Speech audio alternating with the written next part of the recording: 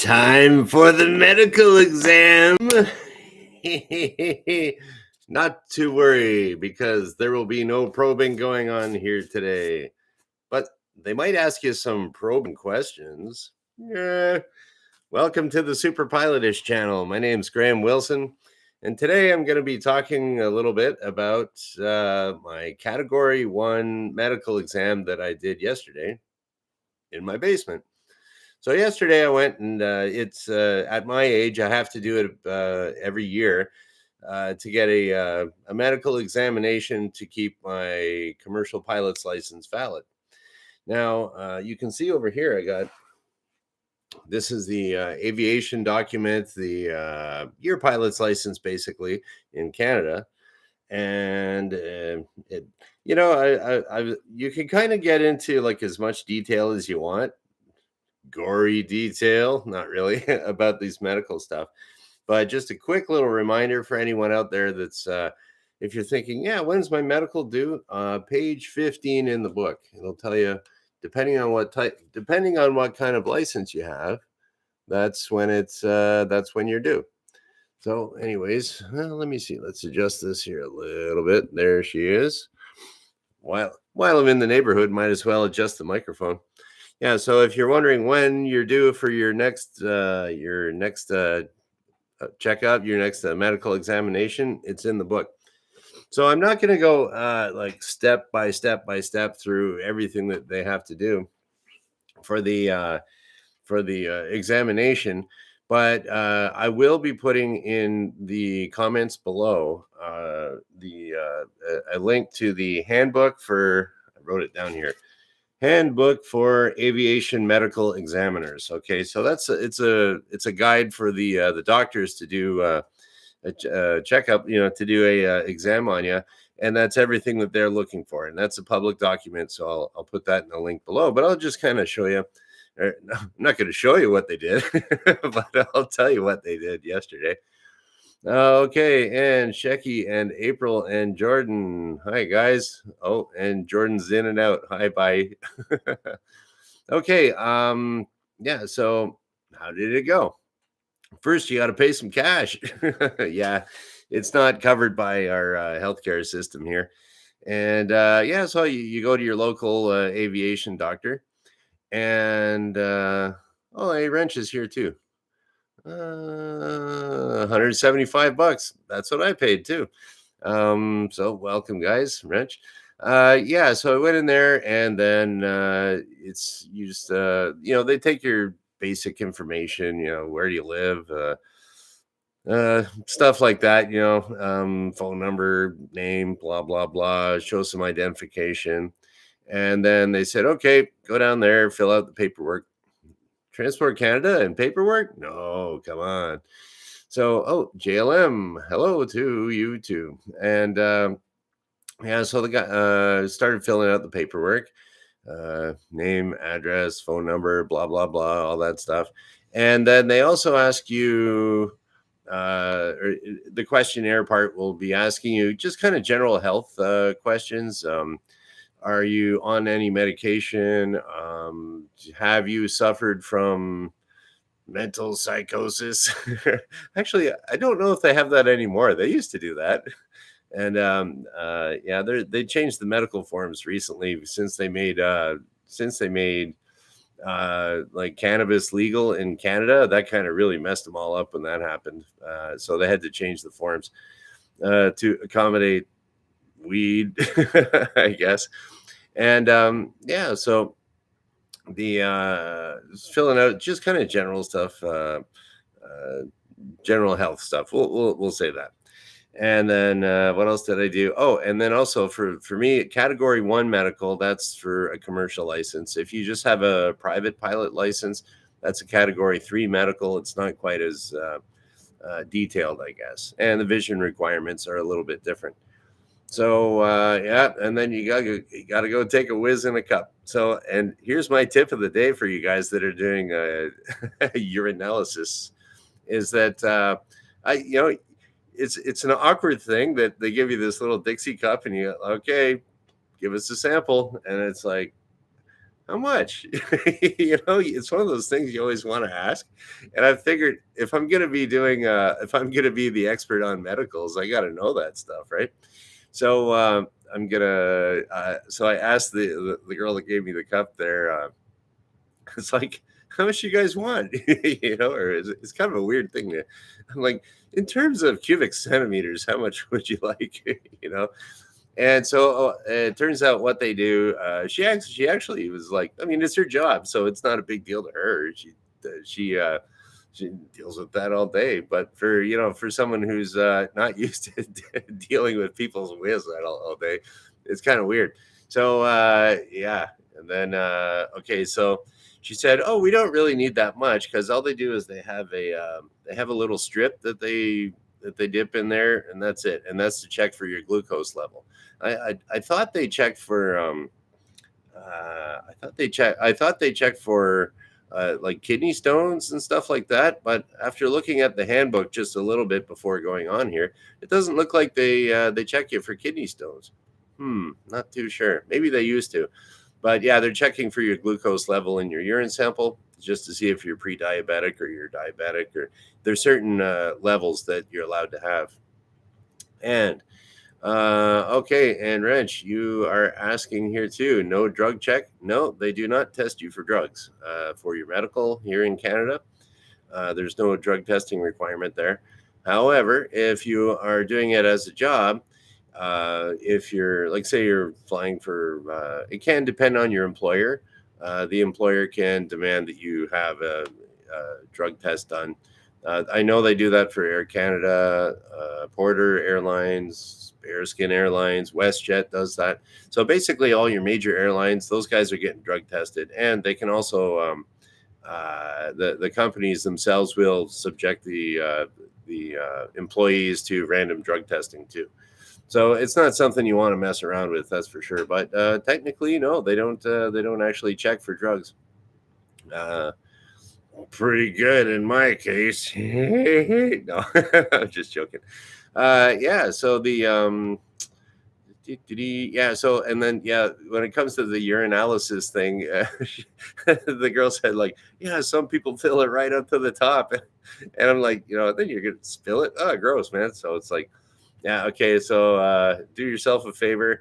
And I'm like, so like about a centimeter, and she's like, yeah. I'm like, okay, you want it, baby? You got it. I didn't say it like that, but anyways, it was kind of funny. Well, funny for me because it's just awkward, but hey, what the heck? Sometimes you have to go outside of your comfort zone to put on a really good show. So, anyways, what you could do. Okay, so your analysis is all done. Now we go in and they check your eyes. So they'll check your glass.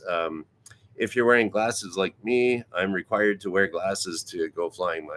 To go flying as a requirement of my license. And yeah, so they'll check your eyes with and without glasses, and then there's a certain minimum requirement that you have to do there, or you have to meet. For me, I checked it in the guide before coming on here. It was, you got to have corrected 20/20 vision with both eyes, and then you're allowed to have, I think, 20/30 like individually. So if you got one, okay, cover your eye. Okay, 20/30, cover the other eye, 20/30, but together 20/20, you're okay. So I don't know, and then there's what else they got to ask here? Oh, and then they also they check for color blindness too. There's they'll give you a little book, your standard color blindness testing. It'll be all kind of little dots, and they'll tell you, do you see the numbers there? Is there a little squiggly? Is there nothing there? Can you put your finger on the squiggly line and follow it? And so there we go. Yeah, they check their eyes that way. Oh, and then they also sometimes they'll forget, but a lot of times they'll do it. Well, they'll check your if you can read up close. So they'll give you something with kind of a small print. They'll say, okay, just start reading. And here they always say, there's this one. It's I should have it memorized by now. I've done it so many times. It's like, the streets of London are dark and blah, blah, blah, blah, blah. And now we have gas lights or something like that. And they go, okay, yeah, cool. but it starts off the streets of London, blah blah blah. So I did that once to be a smartass, and I was like, "Oh, this is where I have to read the streets of London." And then the girl says, "No, start reading here instead." I'm like, "Okay, cool," and I still did okay. But I did find out from another doctor, not the one I went to here, that I kind of did need like progressive lenses, and that does help you out, especially if you're an instructor like me and you got to read some really fine. Some real fine print on a chart. It can be pretty small. They design that for young eyes. And okay, then okay, so what do you got that all checked up? Go in the other room, and then because I'm over 40 years old, I'm required every year to have an ECG done. So if you don't know what that is, electrocardiogram, they hook you up to a machine and they zap you and they give you like something to bite on so you don't bite your tongue. No, but that's what it looks like they're doing to you. Get some shock therapy. That's what I was thinking yesterday. So they go, hope she doesn't zap me. But yeah, what it is they'll take you and they put these little kind of sticky little things. Their leads is what they call, and they stick it on your, I guess it'd be like the arteries, the veins of the almost on your ankle, so both ankles, on this part of your arm, both of them, and then you got some leads across the chest to check out your heart, the way it's thumping away, and so they do that, and so if you are going to get that done, don't put on any like kind of skin cream or anything, because they got to have a nice good don't put on any moisturizer or anything like that, because it's got to stick it to your skin really well. And preferably don't be too sweaty either. But I don't know what you can do about that. And then, yeah, so they check out your heart, make sure that's all normal. And then the doctor came in and it was like, asked me a bunch of questions, this and that. And all the questions, like I said, in the link below, that'll be in the handbook for aviation medical examiners. And they ask you all about stuff. What else they do? Ask you if you have a family history of heart attacks. Um, Check your ears. Whenever he checks my ears, he's like, a lot of wax. But that's about that's all he says. I don't know. And then check your blood pressure too. Make sure that's normal. You got to have normal blood pressure. What else we do? Sometimes depending on the doctor, they'll do a hearing test, and the informal hearing test is really funny because I guess it's left over from years ago when there wasn't a whole lot of I don't know, electronic, high tech testing stuff around. So you're required still. The pilot is required to hear a whisper at 6 feet from the doctor will whisper something standing 6 feet behind the pilot. And can the pilot hear a whisper from 6 feet from behind? And they'll say, I'm going to tell you a number now, 32 or whatever. And then you say, oh, 32. Okay. And then there you go. You passed your hearing test. But they do have a on your initial exam, you're going to do a full audiogram. And so, it'll have to be in the normal range. And I have had it. And like Wrench is saying here, our pilots all half deaf. I had a guy that was working for me before, and he was required to, what was it? I think I mentioned him before because there was a what was it? He was I think he was by a compressor that blew up or some big bang. What was it? Oh, a battery. That's it. It was a little tow electric tow motor type thing that you put on a front wheel of an airplane with a little electric motor and a battery. And it was charging up, and he went to take it was just some old car battery, and he took the leads off the battery, and it blew up on him. So he damaged his hearing. So yeah, he was required to have it said on his license, required to wear a headset. So anyways, so some pilots are deaf. A lot of them end up having hearing aids when they're older. Let me see here. I'm trying to think if yeah, I think that could be a requirement too. That if you, it could say on there, hearing aid required. Yeah, that could be it. So, anyways, okay, enough of that fun stuff. What else were they asking about? Yeah, so no rubber gloves are required because it's just asking you a bunch of questions and stuff like that. And what else will do? Just kind of check out. He'll get the stethoscope, see how that is, and then inhale, exhale, all that stuff. See if there's any lung issues, any heart issues. Take your pulse. Yeah, so you basically just have to be in kind of normal, decent health. What else will they ask you about? Oh, and then so yeah, so that's basically about all there is. And then we sit there, and so I haven't seen this guy in about a year, and so I I asked him, yeah, so I was asking him, so look at the now during all the pandemic stuff and people were getting laid off and working from home and remotely and all this other stuff, that the paperwork at all paperwork in Transport Canada has been backed up like crazy.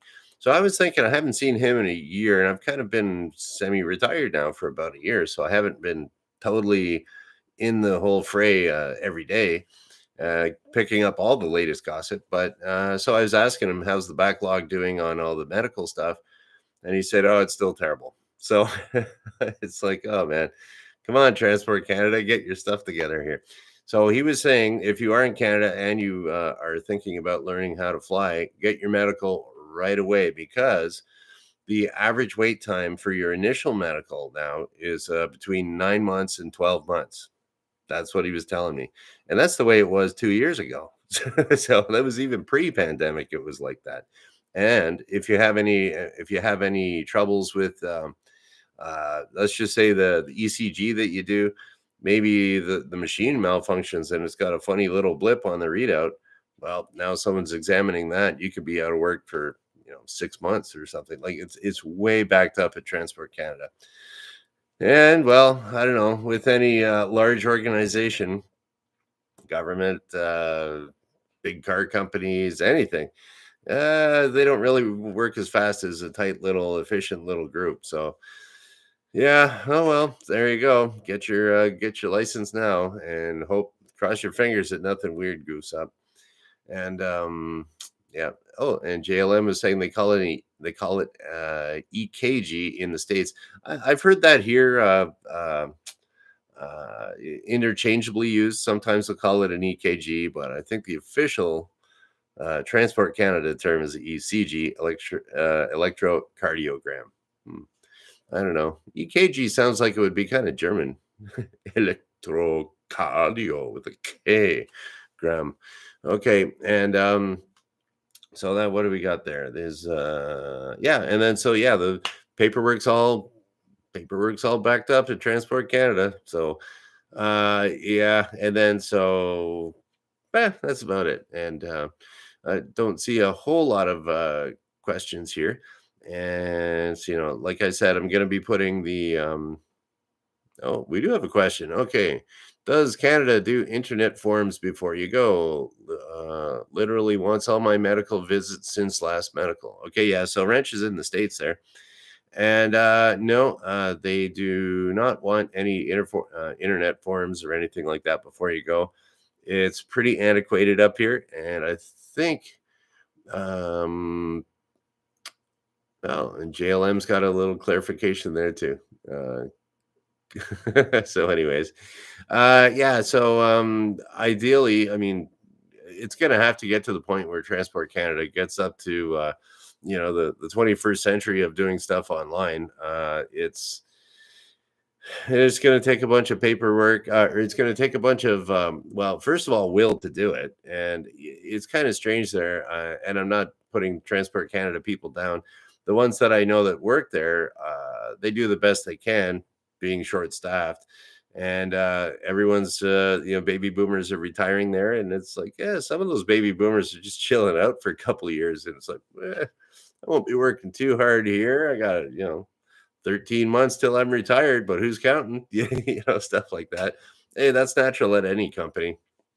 And so, yeah, I think they just need a whole lot of personnel. And the thing is, I came up with a solution for this before, and I'm going to put a little card in the corner. I don't know. That I'm going to experiment with putting these little cards in the corner to link to similar videos or uh, yeah, something like that. Similar videos, almost same topic or something like that. And then I'll put a card there, and I did one. It was it a was it a shit sandwich for Transport Canada, something like that. And well, I'm telling them what they need to do. They know what they need to do. I'm pretty sure. And but I'll you can forward this video or my other videos to any Transport Canada person you want, and that's okay. I'm never going to work for him. So, anyways, not too worried about anything there. And yeah, I guess we're just going to kind of shut her down. Today is Wednesday, and on Friday, because I do this Monday, Wednesday, Friday at noon Eastern. But I think the background's gonna be looking a little bit different on Friday. So and I don't know how exciting it'll be. It probably won't be, but anyways, I'll be somewhere else on Friday, not exactly here. And that's about it. So we're gonna shut things down, and I think that's all I can think about for you guys. Guess so. So I don't know, Ranch. I might have to go outside on Friday and make it cold. Okay. Thank you for watching. Bye.